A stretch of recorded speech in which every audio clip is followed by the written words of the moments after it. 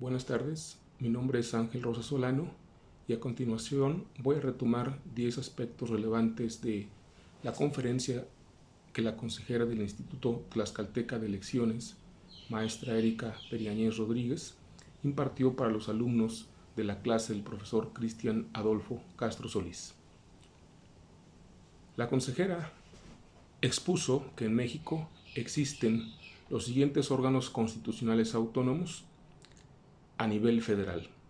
En primer lugar, refirió la existencia del Coneval, el Consejo Nacional para la Evaluación de la Política de Desarrollo Social. En segundo término, mencionó la existencia de la Fiscalía General de la República. En tercer lugar, la existencia de la Comisión Nacional de Derechos Humanos.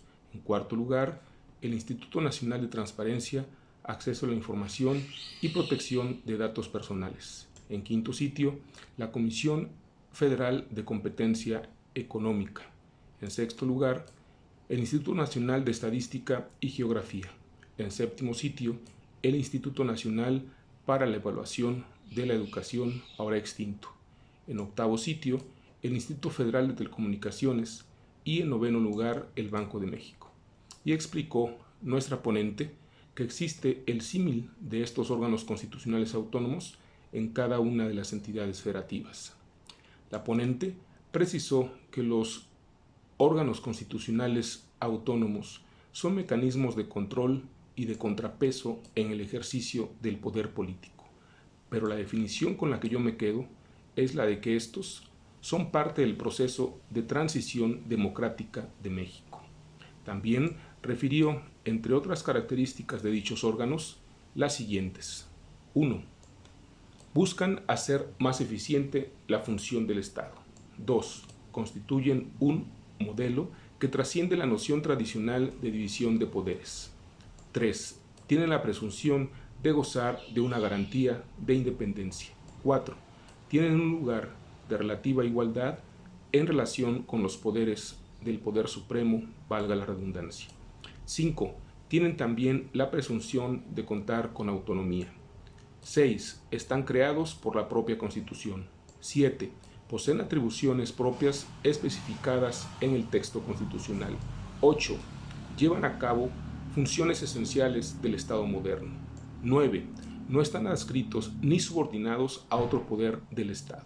Y 10. Deben mantener relaciones de coordinación con los órganos y poderes del Estado. E igualmente, la consejera hizo referencia a la clasificación funcional que de los órganos constitucionales autónomos realiza José Roldán Chopa, y dijo en primer término que hace una clasificación atendiendo al control de la función gubernamental administrativa. En segundo término, realiza otra clasificación en atención a la generación y sistematización de información gubernamental.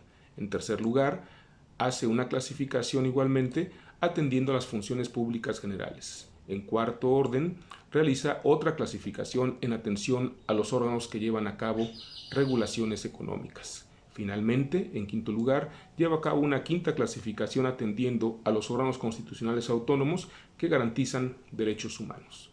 También describió, a grandes rasgos, el proceso que ha seguido el Instituto Nacional Electoral para llegar a ser un organismo constitucional autónomo. Y dijo, en primer sitio, en 1990, el Congreso de la Unión ordenó la creación del entonces Instituto Federal Electoral. 2.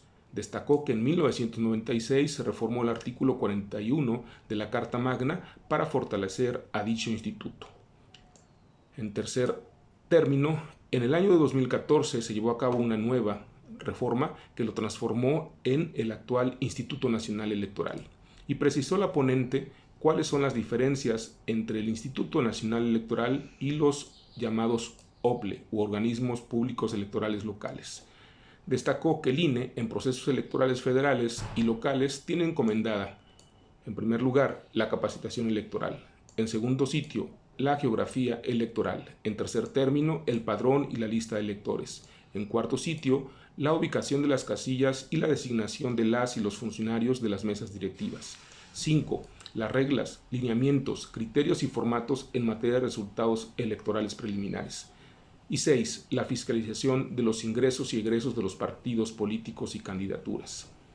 Por otro lado, los OBLE, es decir, los organismos públicos electorales locales, por su parte, tienen encomendada 1. El derecho y acceso a las prerrogativas de candidaturas y partidos políticos. 2. La educación cívica. 3. La preparación de la jornada electoral. 4. La impresión de documentos y la producción de materiales electorales. 5. Escrutinios y cómputos en los términos que marque la ley. 6. Declaración de validez y el otorgamiento de constancias en las elecciones locales. 7. El cómputo de la elección del titular del Poder Ejecutivo. 8. Resultados preliminares, encuestas y sondeos de opinión conforme a los lineamientos establecidos. 9. Organización, desarrollo, cómputo y declaraciones de resultados en los mecanismos de participación ciudadana que prevea la legislación local. Y 10. Todas las no reservadas para el Instituto Nacional Electoral.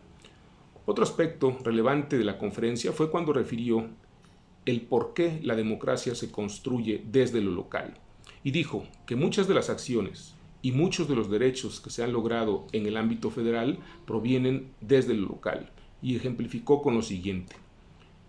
En primer lugar, el voto de la mujer a nivel federal se reconoció en 1953, pero a nivel municipal en el año de 1947. En segundo término, la urna electrónica.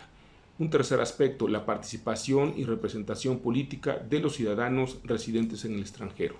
Cuarto, candidaturas independientes. 5. Credencial para votar con fotografía. 6. Paridad en la postulación. 7. Paridad en la integración. 8. Reconocimiento y regulación de la violencia política contra las mujeres en razón de género. Y por último, 9. Las acciones afirmativas. Precisó igualmente que es el mecanismo o proceso de designación de consejeros electorales del Instituto Nacional Electoral el siguiente. Dijo que a través de una convocatoria pública la designación la realiza el Instituto Nacional Electoral y detalló el siguiente procedimiento. Señaló que en primer lugar se presenta un examen de conocimientos que aplica el Ceneval. En segundo lugar, se elabora un ensayo. Y en tercer lugar, se realiza una entrevista por parte de los consejeros del Instituto Nacional Electoral. Indicó cuáles son, a su parecer, las áreas de oportunidad de los llamados OCAS en materia electoral y puntualizó, en primer término, la autonomía presupuestal. En segundo sitio, avanzar en el esquema del voto electrónico. En tercer lugar, regresar facultades a los institutos electorales locales. Y por último, 4. Cada entidad federativa tiene contextos diferenciados. Finalmente, en mi opinión, los órganos constitucionales autónomos son necesarios para el fortalecimiento de un Estado democrático y de derecho, con independencia de cualquier crítica que pueda hacerse sobre ellos, por ser contrapesos en el ejercicio del poder político, como lo puntualizó nuestra ponente. Buenas tardes y muchas gracias.